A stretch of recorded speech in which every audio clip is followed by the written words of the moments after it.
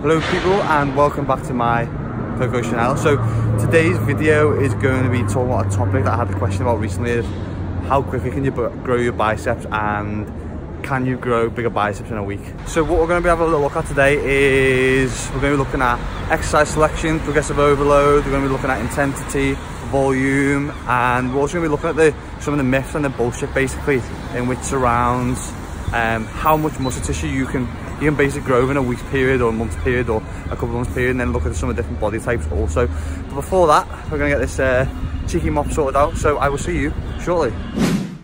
And we're back in paradise, although there's not many people in the office today.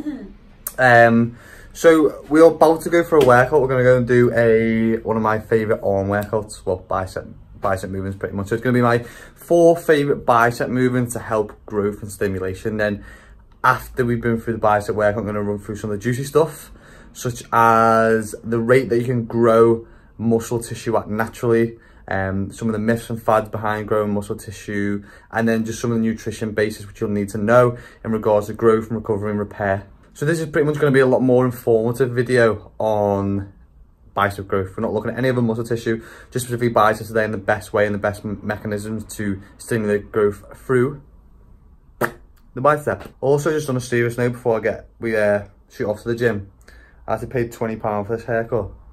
And what'd you say it is out of 10? 10. She has to say that because I'm giving her a lift home.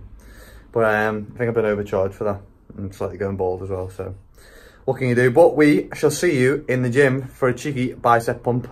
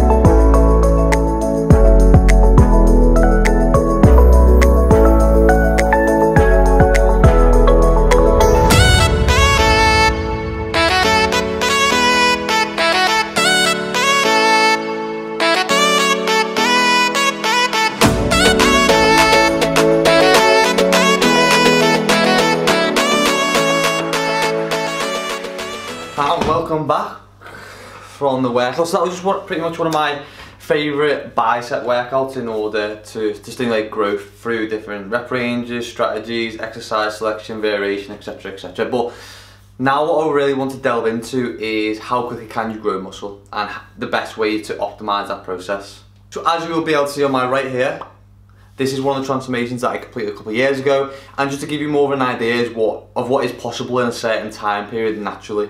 Now the first fact that is going to play a big role in the amount of muscle tissue that you can put on over a period of time is the amount or the length of your training life so far, how long you've been training for. And this is going to be slightly different if you are really new to the gym or whether you are a complete gym whore. And especially in the first 3 months of lifting, you're going to put on a lot more weight and a lot more muscle tissue than you would if you've been training for a couple of years, just because you're going to be a lot more stimulated to the different exercises that you're completing. And this is almost going to be a lot more like a body recomposition period, because you can pretty much put as much food in your body as you like and train however you like with no real routine, and your body will be a lot more responsive to the type of training or whatever training that you are doing. Just to give this a little bit more scope, I'm going to put a graph up here or on the screen somewhere, of a study done by Lyle Scott, and his research is quite thoroughly backed up of what he's done over the last couple of years. And then, as you can see, in the first kind of year of training, you're going to put a lot more tissue on, even looking up to 20 pounds plus. And then as we go through the years,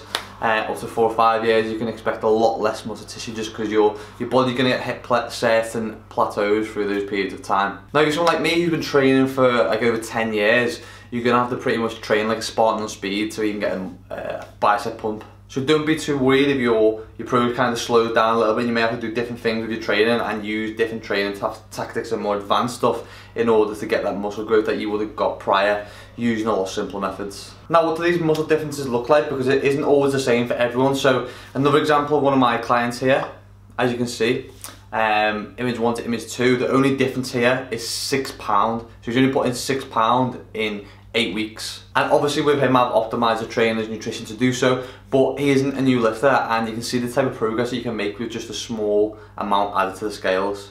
Don't think that you need to be slapping on loads and loads of weight just to impress people when they ask you what number you are on the scale, because the vision is what you want to be going off most of the time. Don't be boosting your ego by jumping on the scales and thinking, yep, I've added loads of weight, because a lot of the time it's going to be shitty tissue. But again, don't let this fool you, because you can drop down in weight as well and look a lot bigger. So for example here, it's another guy that I've got who's dropped down in weight, but then also looks a lot bigger. It's like if I've got a bicep which is however many inches, and then you've got a load of muscle tissue there, if it's covered in fat, it's going to look a lot smaller, because you can't see as much of the tissue, you can't see as much of the fibres, you can't see the insert.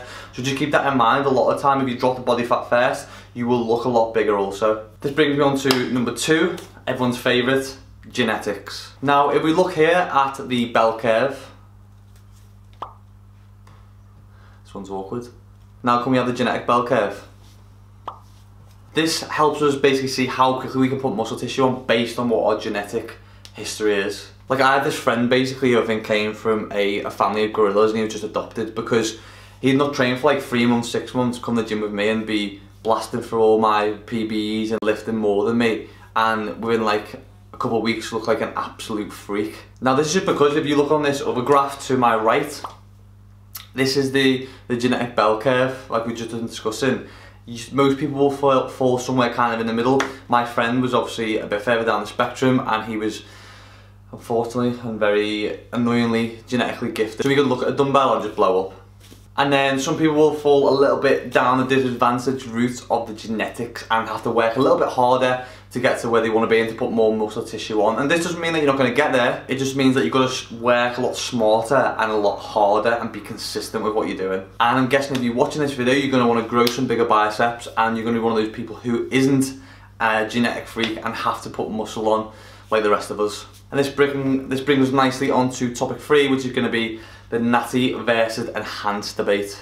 Now, I'm not going to delve massively into this topic because you can pretty much guess if someone is banging in a few mil of test per week, they're going to move up and add muscle tissue at a lot quicker rate than we previously discussed.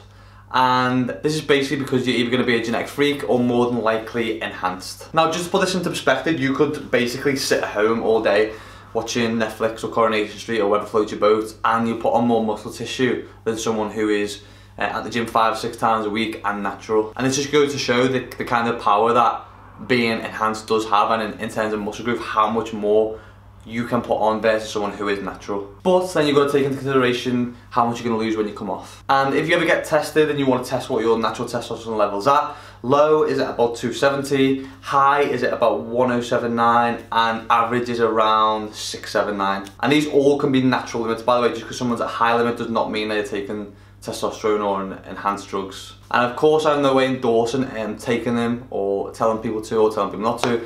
This is just to give you a bit of background on the rate that you can expect to put muscle tissue on versus natural and enhanced. Now moving into topic 4, which is going to be diet and training. This is by far the most important, which is going to control and contradict how much you're going to be able to put on over a certain amount of time. With training, simply to put it, I'm just going to skim over it. You really want to go over the basics, such as compound lifts, making sure you're hitting your bench, squat and deadlift through the week, but most of all making sure you're taking advantage of progressive overload. Now, progressive overload is just where each session you're making sure you're going in and hitting more reps or bigger numbers or high intensity or more volume. So the best way to do that for me is, you know, those little tiny weights like the 1.25s that you see in the gym that looks like a polo, take advantage of them. So say for example you're doing the bench press, just try and pop an extra one on each week or every 2 weeks to make sure that you're always progressing and scaling up.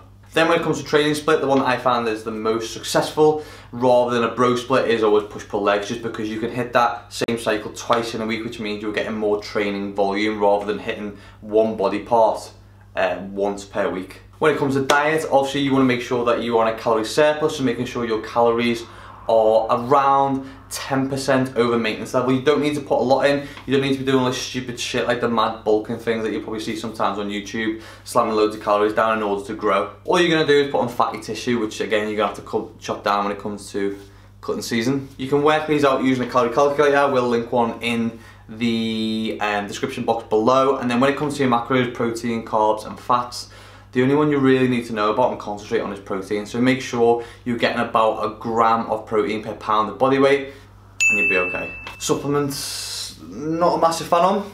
Don't take loads of supplements. Gonna keep it short and simple. Get a creatine, take 5 grams per day.